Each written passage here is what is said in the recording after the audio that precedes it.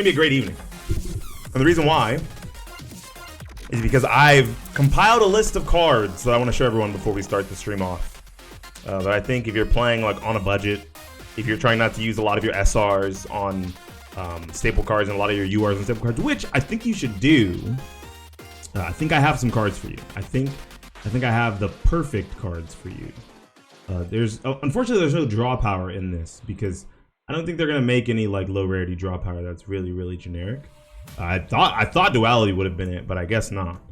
So what we're gonna look at right now is a list. It's not really a list, but just a few staple cards. Now I can move my camera.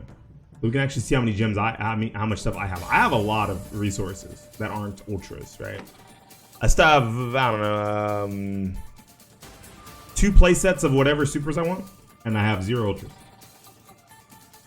I need to make a time thief for doer and I have 0 ultras. Unfortunate. I'll probably save that SRs for evenly match or something crazy, right? But if you're playing Yu-Gi-Oh! Master Duel, these are just a few cards that I think that if you have the extra gems, if you have a lot of CP like I have here, you know, if you crack open packs and you get rid of all the stuff you don't need, I think that these might be some of the best cards for you to get. And I say that with absolute certainty that I've looked through a lot of cards. There's like not too many other cards I could think of that are this versatile. There's gonna be cards like Forbidden Chalice and stuff. Hey, what up, bun? I can show you how to craft here in a little bit, actually. That's perfect. I'm glad you're here. I think that if you're looking for cards that will stave off like a lot of the meta or at least kind of help you catch up, I think that these are the cards to look at. And if you're trying to save your URs and SRs for main engine cards for your deck first off and foremost, I understand. Because, I mean, some decks are mad expensive. They have like a bunch of URs, they have a bunch of SRs, and they're really cool, so you want to play those decks. I don't blame you for that. Why is Trade in an Ultra Rare? Why is Domain of the Monarchs an Ultra Rare? That's so fucked up, right? So I'm going to go over these cards now. So we have Neospace Grandma. If you're playing a deck that doesn't require its normal summon to really pop off, then you can immediately go into the battle phase and remove a monster with Neospace Grandma if your opponent does not have a response to it. Right, you can just attack it with the Grandma and return that monster and this monster to the hand, removing a threat off of the board, which I think is a really nice way to start off the turn if your deck doesn't require its battle phase to break a board and doesn't require its normal summon to break a board. Like if you're playing a very special summon heavy deck. Not a bad card. Or if you can find a way to get an additional normal summon or some crazy shit like that. I don't know what you guys are up to. Yu-Gi-Oh! Players are crazy. Vashuda. Tinny Spirit Vashuda. This card essentially reads, if you control no monsters, you can special summon this card from your hand. What it says is if you control no monsters, you can special summon this card from... If you control no effect monsters, you can special summon this card from your hand. If you control a face-up non-effect monster, you can banish this card from your graveyard, from your hand or graveyard, then target one card your opponent controls, and return it to the hand. This is also a removal piece. And this removal piece is really good because you can actually use it to start off your turn. You can start off with something like Vashuda. Now, you're probably wondering, how the fuck are you getting Vashuda in the graveyard, right? It's a level 7, which is really cool, first off and foremost. So if you need to make rank 7 plays, it's a really cool card. But the thing we're really using it for is right here. Monk of the Tinyu. Monk of the Tinyu. It's a non-effect monster. So when it hits the board, it's a link 1. You link off into this. It's a normal and a rare, right? This engine is 4 cards. 1 on your extra, 3 on your main. You link off the Vashuda into a monk, and then you use the Vashuda's effect to... bounce a card that your opponent controls. It does target, but once again, that is another form of removal to get rid of things on your opponent's board so that you don't have as much to worry about. You can even do that after you use something like Neospace Grandma as your normal summon to remove the 2 things off the board. I don't recommend going in on both of these cards, but they're rare and normal, so you should probably pick them up. Dark Core. Discard 1 card, then target 1 face-up monster on the field. Banish that target. This card's pretty cool. It's just essentially removal. It's Karma Cut, but as a spell. I figured I'd throw this in here. Honorable mention to Karma Cut and Raigeki Break as well. Those cards are pretty okay. Tribute to the Doomed, also pretty okay. It is a -1 in card advantage, but a lot of times you just want to be able to get rid of your opponent's big monsters, their threats, and Dark Core helps with that. For a Floodgate, and we don't really see too many of those at rare. Dimensional Fissure. Any monster that's sent to the graveyard is banished instead.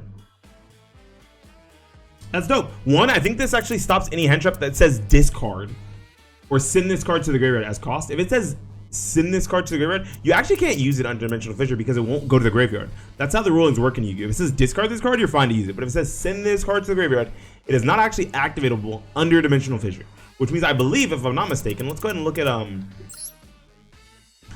Ash Blossom. I believe Ash Blossom actually says Send. Oops, I can't spell.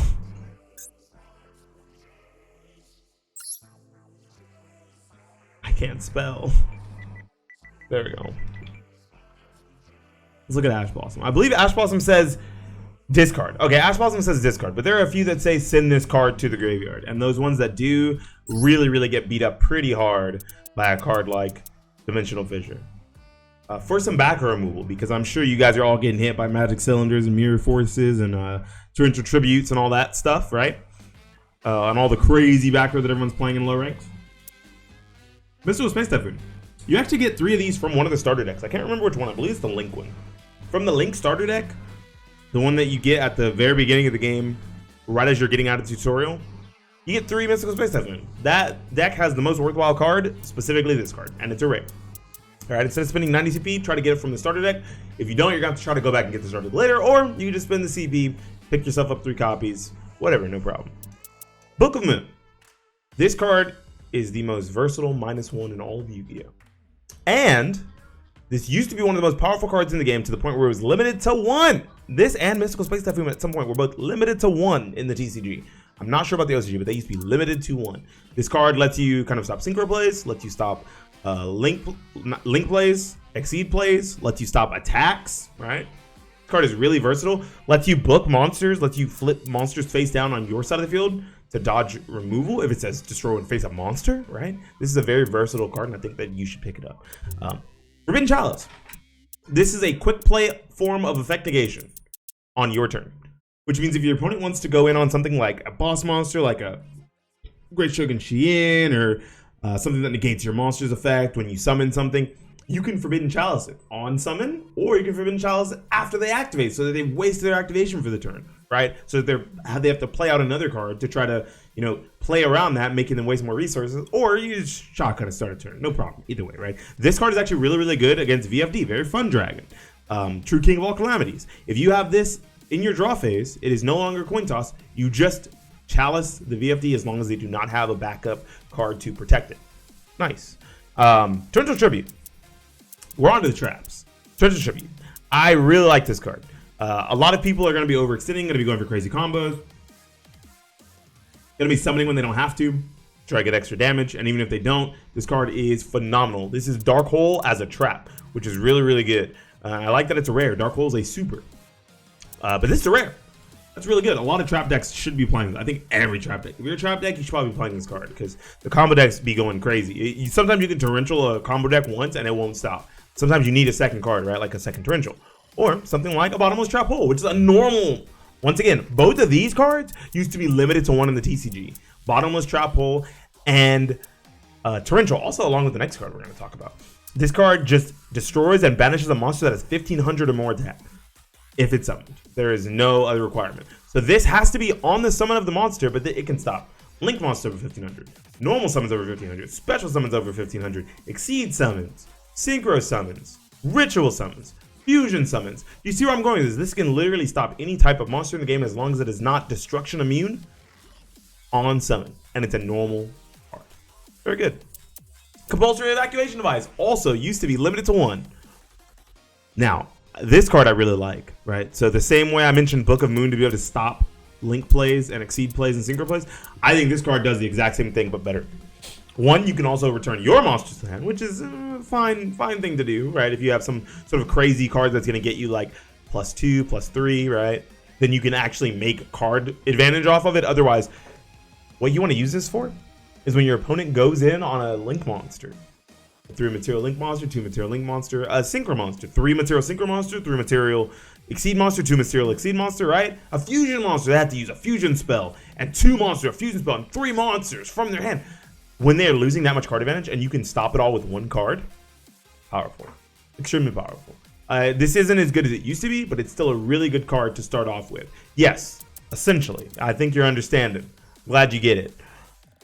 Phoenix Wind Blast. This is a -1. Discard 1 card, then target 1 card your opponent controls, place it on the top of the deck. A little bit better than Torrential, so that if you're using it on something that's actually a main deck boss monster, you're just putting it back on the top of the deck, making them have to waste a turn drawing it again, and having to go through all the hoops that it took for them to summon it, right? So something like a Blackluster Soldier Envoy at the beginning, if they have to get rid of a Light and Dark from the graveyard, right, and they say they don't have another Light and Dark, you can Phoenix with Wind Blast that back to the top of their deck, and when they draw it now, it'll be a dead card until they can remove another card from play. Or say they have to specifically have one combo piece on field, like Black Whirlwind, or they have a Floodgate up on you, like a Skill Drain or a Vandy's Infinite. You can Phoenix Wind Blast it to the top of the deck to build yourself a board for the turn. Very good card. It is a -1 though. Last but not least, on the main deck cards that I found that are very strong and rare or lower. I saw one more, but I didn't want to include it. But we did include Lost Wind. Target one face-up special summoned monster on the field. Negate its effects. Also, its attack, its original attack is halved. If a monster is special summoned from the opponent's extra deck, keyword extra deck, not just special summon from the extra deck while this card is in your graveyard, you can set this card but banish it when it leaves the field. This card is really powerful. In trap decks, this card is insane. Being able to negate and half a monster's attack of 2 different monsters. You can do it once and it goes to the graveyard. Then if they special summon from the extra deck, you can do it again. You get this card back. And then on your turn, you can flip it to remove that monster's effect and half its attack and hopefully be able to run over it. Another card. This is a lot of CP to spend, right? But if you're pulling from packs and you're getting a lot of cards, a lot of draft, a lot of cards you don't want, right? These are the cards you kind of want to craft to get yourself started off in whatever deck you're playing. Right, you can play a lot of these cards in a real deck, and they'll get you good. They'll get you going for the time being. Right. I have 2 other honorable mentions because I do really think hand traps are powerful, and there's not very many ultra rare hand traps. Unfortunately, there are no good rare or normal hand traps. But we do have a super rare hand trap in the form of DD Crow. Quick effect: discard this card to the graveyard. Doesn't work under Dimensional Fissure, unfortunate. Then target one monster and one card in your opponent's graveyard, banish that card. A lot of people do like to play out of the graveyard, use those cards for extra resources, just like a Lost Wind, right? Like a card like Vashuda, right? Even these cards that are rares, that are not super powerful compared to the top meta things, there are some cards that work out of the graveyard here, right? And you can banish those with DD Crow, right? Say they're going to reborn their Blue Eyes White Dragon, or they're going to reborn the Dark Magician off of something like Eternal Souls. DD Crow. Another card that is a super that I really like, especially because it's an entire little engine you can play. I believe it's at 2, so that means you only have to craft 2 of them and 1 normal to go with the engine. And that card is Cyframe Gear Gamma. This card is at 3 in the TCG, but unfortunately it's at 2 in Master Duel, right? But this card right here is extremely powerful. If you control no monsters, if your opponent activates a monster effect while you control no monsters, which means maybe if they hand trap you, right? Or if they do something like a Floodgate monster on the start of your turn before you can activate anything, you can summon this card. Big fan of Feet. Yeah, you're a Bun fan. Nice. I'm a Bun fan too. Bun's cool. You can summon this card, then summon a Cyframe Gear Driver from your hand, deck, or graveyard. And if it's during your turn, you can turn it into a Cyframe Lord Omega. And if it's not during your turn, these get banished at the end of the turn. But it's only 2 super rares. So that's 5 hand traps if you have a few super rares, CP that you would like to get rid of, right? The last honorable mention for hand traps is for banishing. How do you spell artifact? I should have had these here, but I really wanted to show off rares and like low rare stuff. Artifact Lancia. During either player's turn, during your opponent's turn, quick effect, you can tribute this card from your hand or face up on the field. Neither player can banish cards for the rest of the turn. So if anyone's playing a deck that's banishing a lot of cards, using the banish as a resource to continue playing, this is a very powerful card against them. Kind of the opposite of DD Crow, but another good card to make. It is a super rare. If you're holding on to that super rare CP, I understand. I don't really have any hand traps for you that aren't like Battle Fader. I don't even know what Battle Fader is, actually. Let me check. I didn't even check what Battle Fader was. Probably a normal. Why is Battle Fader a... Okay, so there's Battle Fader. All you get... Oh, and Swift Scarecrow. Those hand traps aren't very good at actually stopping your opponent from doing what they want to do. It just stops them from being able to kill you on a... by direct damage, by direct attack. That's all these cards do. A super rare, man, suck my ass. This card shouldn't be a super rare. Fuck you, Konami. Yeah, so with some of these basic cards, throw these into whatever deck you're trying to make. There's some of these, whichever fit the best, into whatever deck you're trying to make on Duel Links, and you'll probably have a way better time on ranked than you're having with just using the basic starter deck you have, or using like your random hodgepodge collection of what you've been able to craft so far, and it'll take you